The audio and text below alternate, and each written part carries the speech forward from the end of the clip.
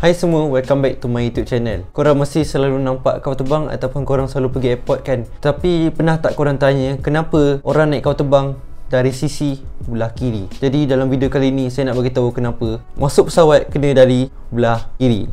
Okey, yang pertama, masuk pesawat dari belah kiri kerana tradisi. Airport pada zaman dahulu memang diciptakan untuk keluar dari belah kiri, sehingga kan pesawat haruslah bergegas ke terminal untuk mengeluarkan penumpangnya daripada pesawat. Pilot atau juruterbang yang bawa pesawat itu haruslah pandai parkingkan pesawat mereka tepat pada garisan yang sepatutnya jenis pesawat itu diparkingkan. Mesti tak faham kan? Sebenarnya dekat tepat parking kapal terbang tu ada garisan-garisan yang sepatutnya jenis pesawat itu parking. Lebih panjang pesawat itu, lebih depan pesawat itu parking, kerana ini akan mengelakkan pesawat lain akan berlanggar dengan buntut kapal terbang itu.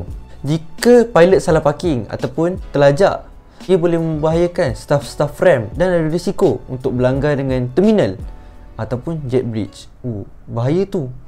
Yang kedua, sisi belah kanan untuk mengisi bahan bakar dan sisi belah kiri untuk mengisi penumpang. Jadi anda mesti tanya, kenapa tak guna dua-dua pintu? Tak boleh. Habis tu kat mana kapal terbang tu nak isi minyak? Kalau dua-dua belah dah orang masuk, dia nak isi minyak kat mana? Dan ini akan melambatkan proses pesawat itu akan terbang.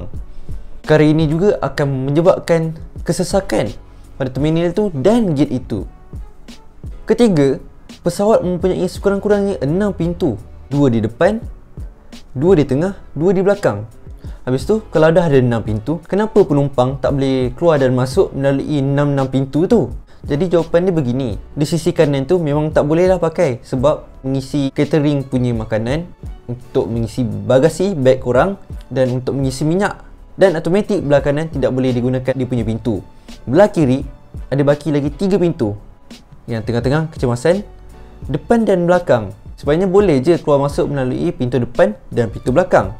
Tetapi jika airport itu moden dan mempunyai jet bridge tu hanya sampai di bahagian depan je. Kalau nak sampai di bahagian belakang, ia akan menghabiskan wang dan memberi ruang sempit di terminal itu. Kalau jet bridge tu sampai di bahagian pintu belakang, itu mesti lambat punya nak proses untuk keluarkan orang. Keluar dah akan pusing, bengkok-bengkok. Benda tu dah bergerak lambat. Korang mesti tertanya-tanyakan, apa itu jet bridge? Kalau dekat Malaysia, saya tak tahu apa nama panggilannya, orang Malaysia panggil apa. Tapi kalau di Indonesia, orang panggil Garbarata. Jadi kalau awak nampak certain terminal tu ada 2 jet bridge dalam satu gate, maksudnya itu untuk pesawat yang mahal, yang pintunya lebih daripada 6.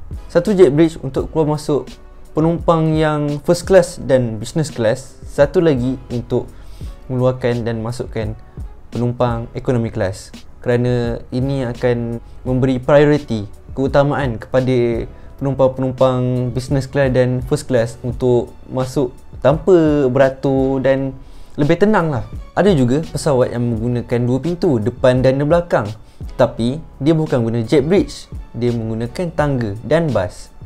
Kebiasaannya, pesawat yang menggunakan tangga dan juga bas ini adalah pesawat low cost ataupun tambang rendah, kerana untuk menyewa gate itu memakan kos yang banyak.